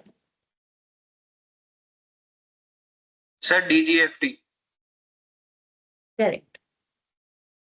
So now we'll cover realization and repatriation. So export proceeds. What are the timeline for export proceeds? So the standard rule is all exporters, including SEZ units, status holders, EOUs, which is export-oriented units, and HHTPs, electronic hardware technology parks, STPs, software technology park, BTPs, biotechnology parks, must realize proceeds within 9 months from the date of export. So here's a warehouse exception. Goods exported to warehouse established outside India must realize proceeds within 15 months from date of shipment. Elongated credit terms to buyer require prior RBI approval. An extension can be made by AD Bank up to 6 months. If beyond 1 year, RBI approval is needed. So here's a real life example. A Gujarat-based textile exporter shipping to a bonded warehouse in a Germany gets 15 months to realize proceeds, giving the German distributor time to sell inventory before payment is due. तो ऐसा होता है ना कि export अगर अपन करते हैं तो अगर प्रोसीड्स की टाइमलाइन है कि 9 मंथ्स में स्टैंडर्ड रूल तो 9 मंथ्स में आ जाना चाहिए पेमेंट, बट एक एक्सेप्शन दे रखा है वेयर हाउस के लिए, सो दैट द जो बायर है वो अगर एक्सपोर्ट उसको इन्वेंट्री को सेल करने के लिए उसको टाइम लिमिट मिल जाए, इसलिए 15 मंथ्स कर रखा. So the receive and monitoring. All proceeds received by AD Bank. EDPMS, which is Export Data Processing and Monitoring System, link proceeds to export invoices automatically. EBRC, which is Electronic Bank Realization Certificate, critical document generated post-realization used for claiming export incentive and GST refunds, must be collected by exporter. So online payment gateway rules. Online payment gateway permitted up to USD 10,000 per transaction. No retention in notional account. Swept to Nostro and credited to exporter within 7 days. So advance against exports. Advance against exports means कि अपन export के पहले ही अपन ने payment पहले ले लिया पर अभी तक goods transfer नहीं किए, तो उसके लिए conditions क्या क्या है. So first I'll cover normal advance, which is means where shipment timeline is within the 1 year from receipt. Here the interest will be LIBOR or reference rate plus 100 basis point. Here 100 basis point means 1%. And now we'll cover long-term export advance. Here shipment timeline is up to 10 years. Interest cap is LIBOR or reference rate, but 200 basis points. Track record required. 3 years satisfactory performance. Contract condition. Firm, irrevocable supply contract required. RBI reporting trigger. Advance of USD 100 million or more. Here shipping documents must always be routed to the same AD bank that received the advance. No adverse ED or regulatory notice must be outstanding for long-term advance. If ED or regulatory notice is there, long-term advance cannot be taken. So here's a question for the offline participants. What is the standard timeline for realizing export proceeds from the date of export? Correct. 9 months. So ये भी this can also be the part of audit. कि आपका कोई export किया हुआ है तो वो अगर 9 महीने में रियलाइजेशन नहीं आ रहा है तो then you need to inquire क्या इन्होंने एक्सटेंशन लिया है क्या आरबीआई से. अगर वो नहीं है तो then again it has to be flagged. So here's a case study for extension of export realization period. XP Limited, an Indian exporter, has rupees 1 crore receivable outstanding for more than 9 months beyond the standard realization period. So here the issue is, can XP Limited recover and regularize this receivable without contravening FEMA? XP Limited should apply to its AD Bank for an extension. The AD Bank may grant up to 6 months at a time if there is no ED or CBI investigation. The delay is beyond the exporter's control and the proceed will be realized within the extended period. So here's the learning point is extension beyond 1 year required total outstanding not to exceed USD 1 million or 10% of average export realization from the preceding 3 financial years, whichever is higher. Like if the outstanding amount is more than this, then you can't give extension above 1 year. Now the documentation submission and invoice reduction. The shipping document must be submitted to AD Bank within 21 days. No separate RBI approval required. So here the standard compliance is exporter's obligation. Beyond 21 days, AD Bank may condone delay if satisfied with reason, no RBI approval needed. Invoice reduction permissible up to 25% of invoice value.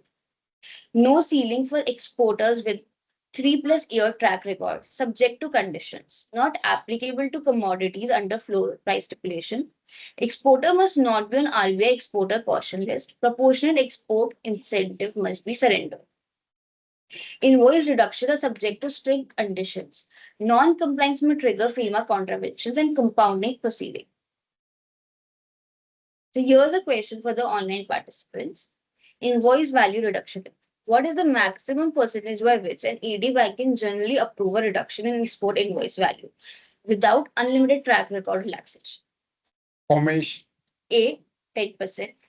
B 25%, C 50%, D 15%. So the answer is option B, 25%. Correct. International trade settlement in Indian rupees. A framework to promote INR denominated global trade, reducing dependency on the US dollar, actively used in India, Russia, and India UAE trade corridors. So there is like international trade settlement in Indian rupees to promote INR denominated, ताकि हम Indian rupees में ज़्यादा freely move कर सके. So the export and import may be denominated, invoiced, and settled in Indian rupees. AD Bank open a dedicated escrow account for the overseas partner bank to route INR settlements. Market determined exchange rate. So the rate between partner country currency is market determined. UCPDC and Incoterms apply. Set off in bank guarantee. The set off of export receivable against import payable, same buyer and supplier, permitted subject to FEMA compliance. Third party payments and currency settlement. Settlement without a direct exchange. Here कि जैसे अपन ने agreement किया किसी के buyer के साथ but payment कोई third person दे रहा है तो it is only applicable if there is a tri party agreement उसके साथ अग्रीमेंट होना जरूरी है. ये नहीं हो सकता कि आपने एक्सपोर्ट किया और पेमेंट आप किसी और से ले रहे हो. Until and unless there is try party agreement. Conditions for third party payment. It should be backed by firm irrevocable order and a tri party agreement. AD Bank satisfied with bona fides, invoice, and FIRC documentation, not involving FATF restricted countries, routed only through banking channels, declared in the Export Declaration Form, EDF. Settlement in currency without a direct exchange rate.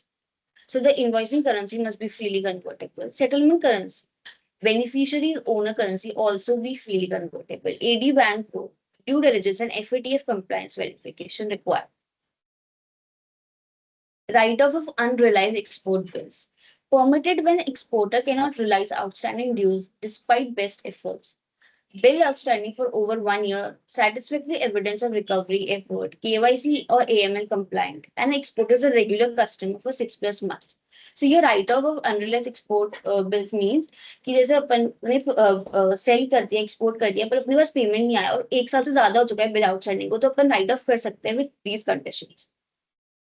So here's first category is self write-off by regular exporter. So the limit is 5% of total export proceeds realized in preceding calendar year. Self write-off by status holder exporter. So your status holder exporter means sometimes the government gives exporter status for because they have given a lot of foreign exchange by in the country. So the limit is 10% of total export proceeds realized in preceding calendar year. Write-off by AD category 1. It is 10% of total export proceeds realized in preceding calendar year, but it is cumulative with self write-off, no separate sale. Here are the two qualifying scenarios. Buyer declared insolvent or good auction or destroyed by port or custom authorities. Buyer is untraceable. Litigation cost disproportionate to recovery. Here, two cases are excluded in this. Export to countries with externalization problem, bills under investigation by ED, DRI, or CPI. For write-off of the export dues, do not account of the above mentioned points. An application is required to be made to RBI. If write-off has to be done above these limits, RBI approval is needed. Right. So here's a case study for write-off of unrealized export bills. An Indian exporter shipped machinery to an African buyer. 18 months later, the overseas buyer was declared insolvent by local courts, with the official liquidator certifying no possibility of recovery. So here the issue is, can the exporter close this export bill and book without an RBI application? Yes, insolvency supported by a liquidator certificate is a recognized category. The AD category 1 bank may permit write-off without a percentage ceiling, provided the exporter surrender proportionate exports incentive avail and furnishes documentary evidence. In self write-off cases, a CA certificate confirming export realization for the preceding calendar year and any prior write-off is mandatory.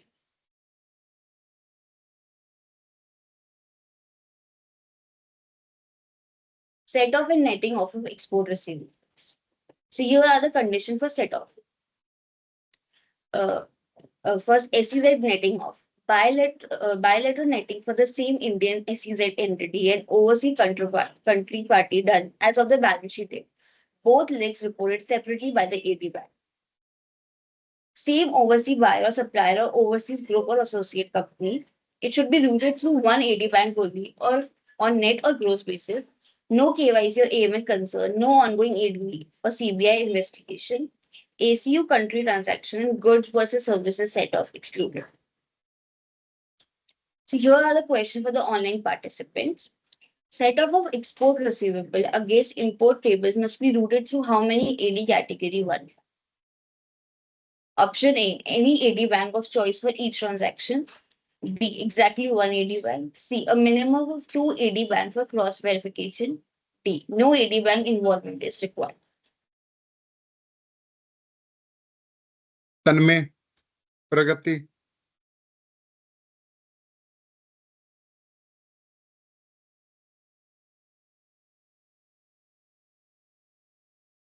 Tanmay, Pragati and Bhumi.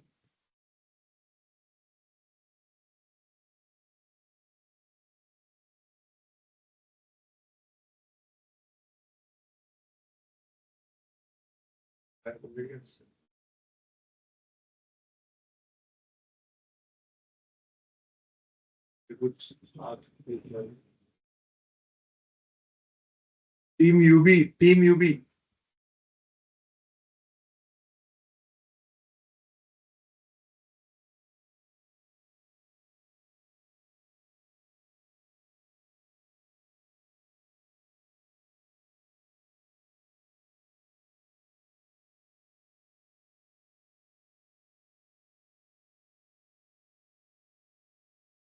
Team UB को भी कोई नहीं।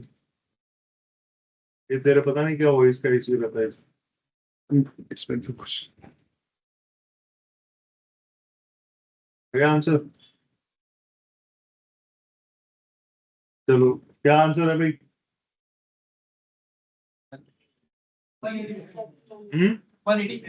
Correct.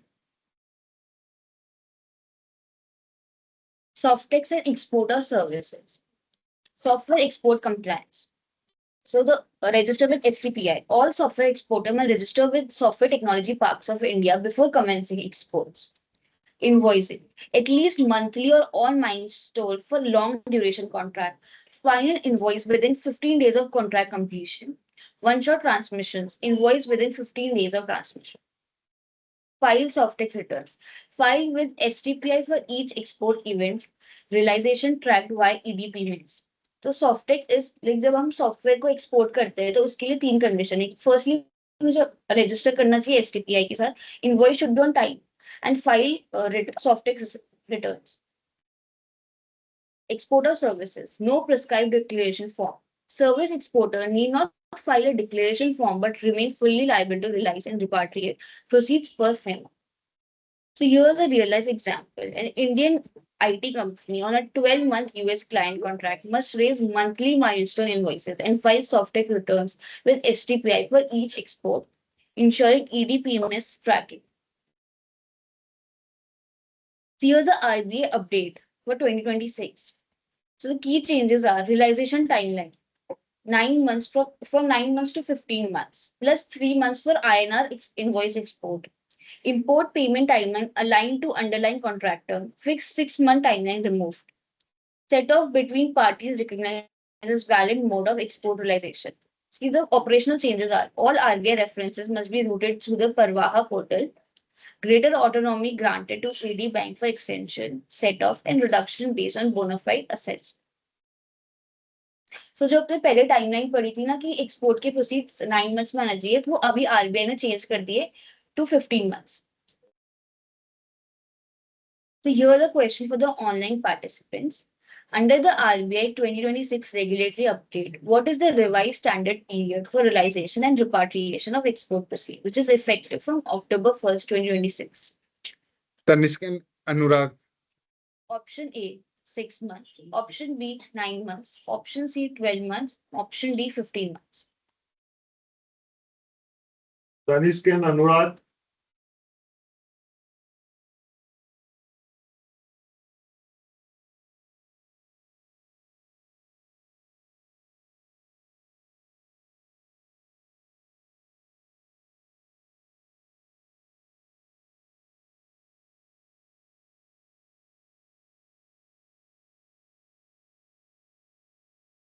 Rudra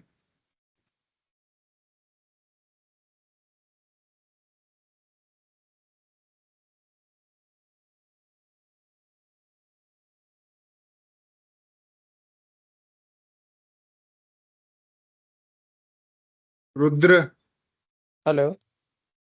yes Option D. Correct.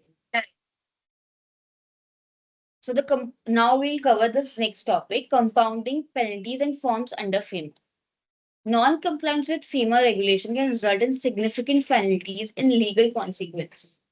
This section explores the two distinct pathways for addressing FEMA contravention, the penalty route and the compounding route, along with essential reporting forms every CA must understand.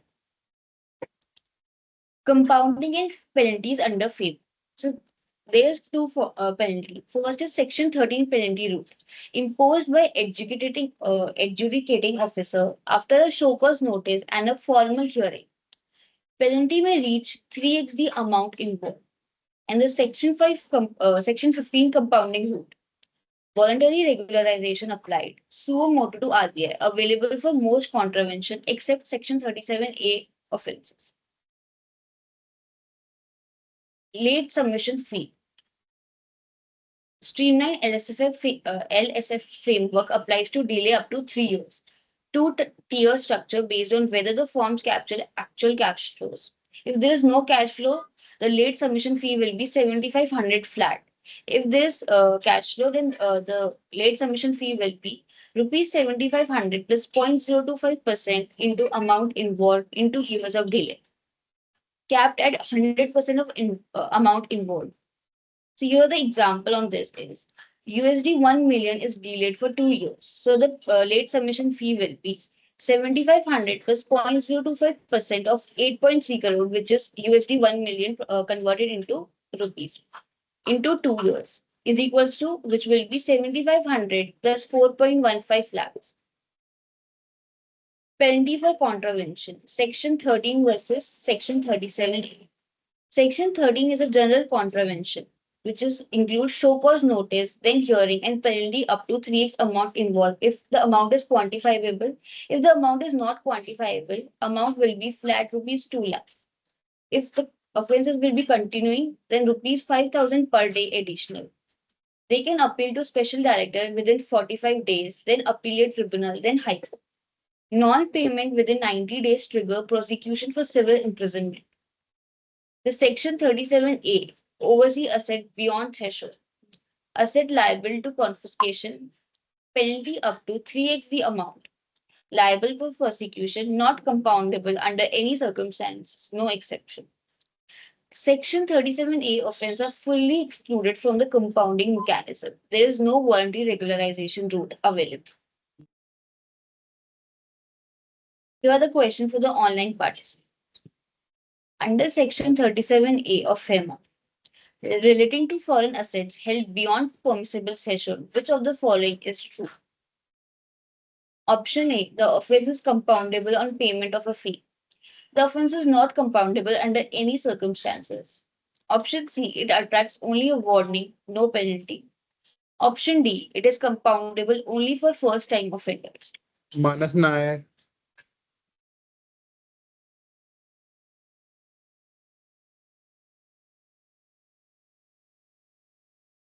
Manas Nair. खड़ी कर लिया हाथ खड़ा कर लिया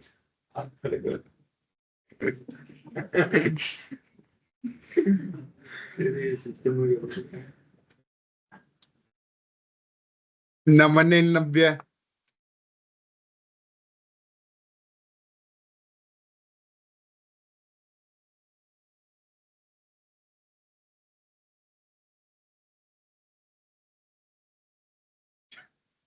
चलो कोई बात नहीं, ठीक है। यहाँ से कुछ सुन रहे हैं हम तक यही तो दस करना। नो पेनल्टी ਹੁੰਦਾ है। Compounding of offences, step-by-step process of this. First, we'll discover and apply. Then RBI will hear, assess the fee and order and pay. So the key exclusions from the compounding of offences are money laundering, terror financing, threats to sovereignty and security, and repeat offences within 3 years of a prior compounding order. Once the 80-day clock starts, RBI must pass the order, and the applicant must pay within 15 days or face Section 13 penalty proceedings. Here are the questions for the offline participants. Under Section 15 compounding, with how many days must RBI pass its order once the process begins? Correct. So now I'll cover the third part of this PPT, forms of for inbound and outbound investments. So here's the overview. Foreign entities investing into Indian entities. So the compliance triggered at issue or transfer of instrument to or by non-residents. So the key forms are FCGPR, FCTRS, LLP1, LLP2, Form CN, ESOP, DI, DRR, and INV. And for outbound, Indian entities investing overseas, UIN obtained via Form FC before initial ODI. Ongoing compliance via APR, which is filed on December 31st, and FLA return, which is March. Key forms for inbound investments through FIRM's portal. First is FCGPR, which is for used for the purpose issue of equity instrument to a non-resident.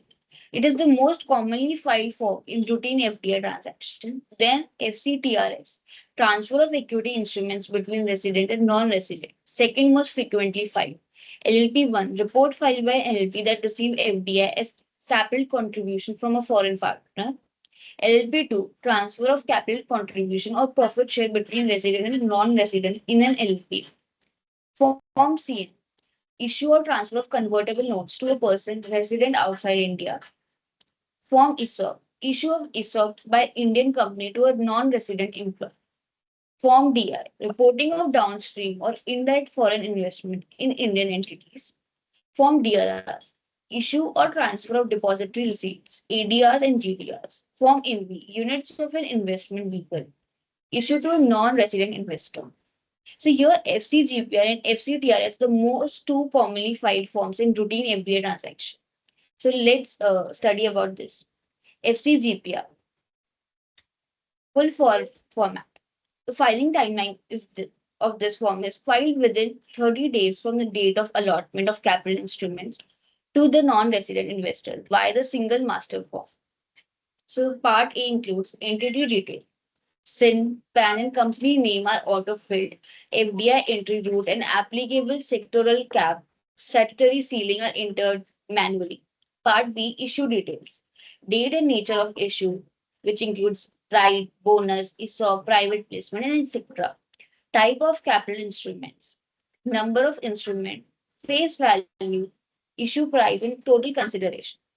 Part C include foreign investor details. Name, address, country of residence, and category of each non-resident investor, number of instruments allotted, and resulting post-issue shareholding. Part D is declarations. Compliance with the FDI entry rule, sectoral cap, pricing guidelines, and PMLA, UAPA provisions signed by the authorized representative. Key attachments is FIRC, KYC report of the investors, valuation certificate, CS certificate, board resolution, and authority letter. The outcome will be AD Bank reviews the filing within 2 or 3 working days. On acceptance, RBI allots a unique identification number. FCGPR report fresh issue of capital instruments to a non-resident. It is most frequently filed form. Now we'll cover the second form, FCTRS. The filing timeline is it is filed within 60 days of transfer of capital instruments or receipt or remittance of funds, whichever is earlier. The form is filed by the resident transferor or the transferee. The non-resident investor files instead when shares are acquired on stock exchange under FDI route. Common details are SIN, PAN of the investing company, pre-filled, nature of transfer, which is either sale or give, FDI entry route and sectoral cap, particulars of the transfer, type and number of capital instruments, conversion ratio, face value, transfer price per instrument, total consideration and fair value, remittance detail, mode of payment, AD bank name and IFSC code, amount remitted and received in INR, and tranche-wise breakup where applicable. The shareholding pattern, pre and post transfer shareholding, auto-populated from the company's entity's master. Key attachments in this form are buyer-seller consent letter, non-resident declaration, valuation certificate, FIRC or outward remittance certificate, and KYC, and transfer deed, Form SH4. The FCTRS reports transfer of capital instrument between resident and non-resident. It is the second most frequently filed form. Now we'll cover key forms for outbound investments. Form FC and annual compliance. The section include basic info, net worth of Indian entities, aggregate financial commitments. Section B includes foreign entity particulars, commitment breakup, which is equity, loan, non-fund based, step down subsidiary details. Section C includes source of investment funds. Section D includes declaration on pricing, valuation compliance, gift acquired securities, debt commitments, and LRS limits. Section E, which is statutory auditor certificate, confirms Rule 19 compliance, the 400% net worth ceiling, and pricing and valuation norms. Annual compliance deadlines. APR, which is annual performance report, filed for each ODI entity, must be certified by the statutory auditor. FLA return, which is filed on a March end.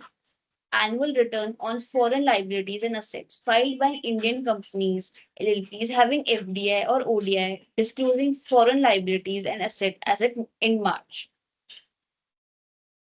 Registration process for inbound reporting. Two-stage registration on firmsRBI.org. Entity user. Done once per Indian economy or LLP that receive foreign investment.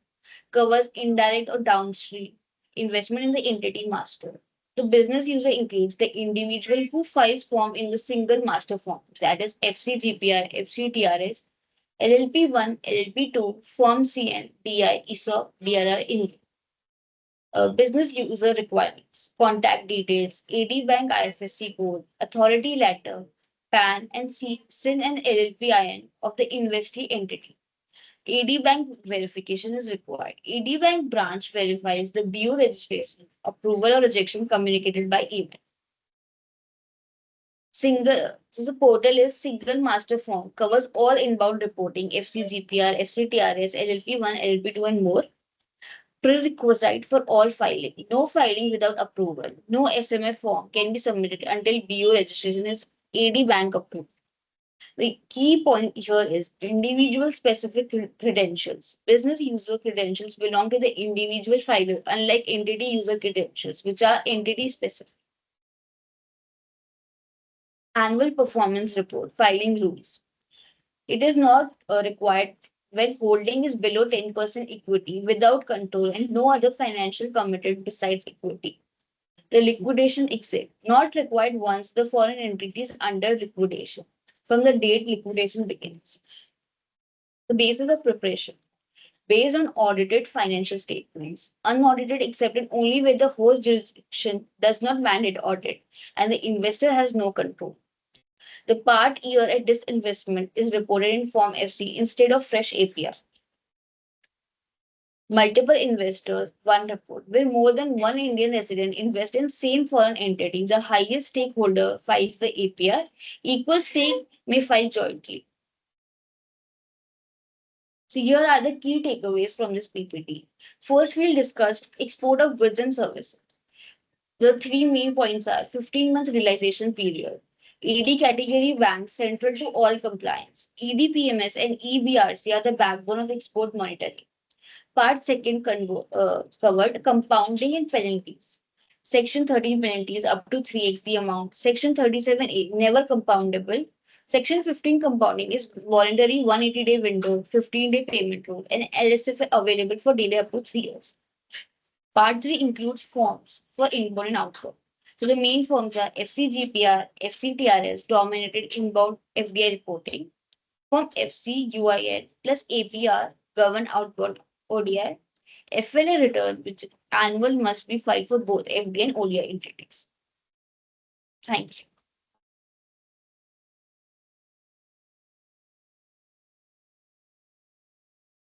Good presentations by all. we can further improve so far as our communication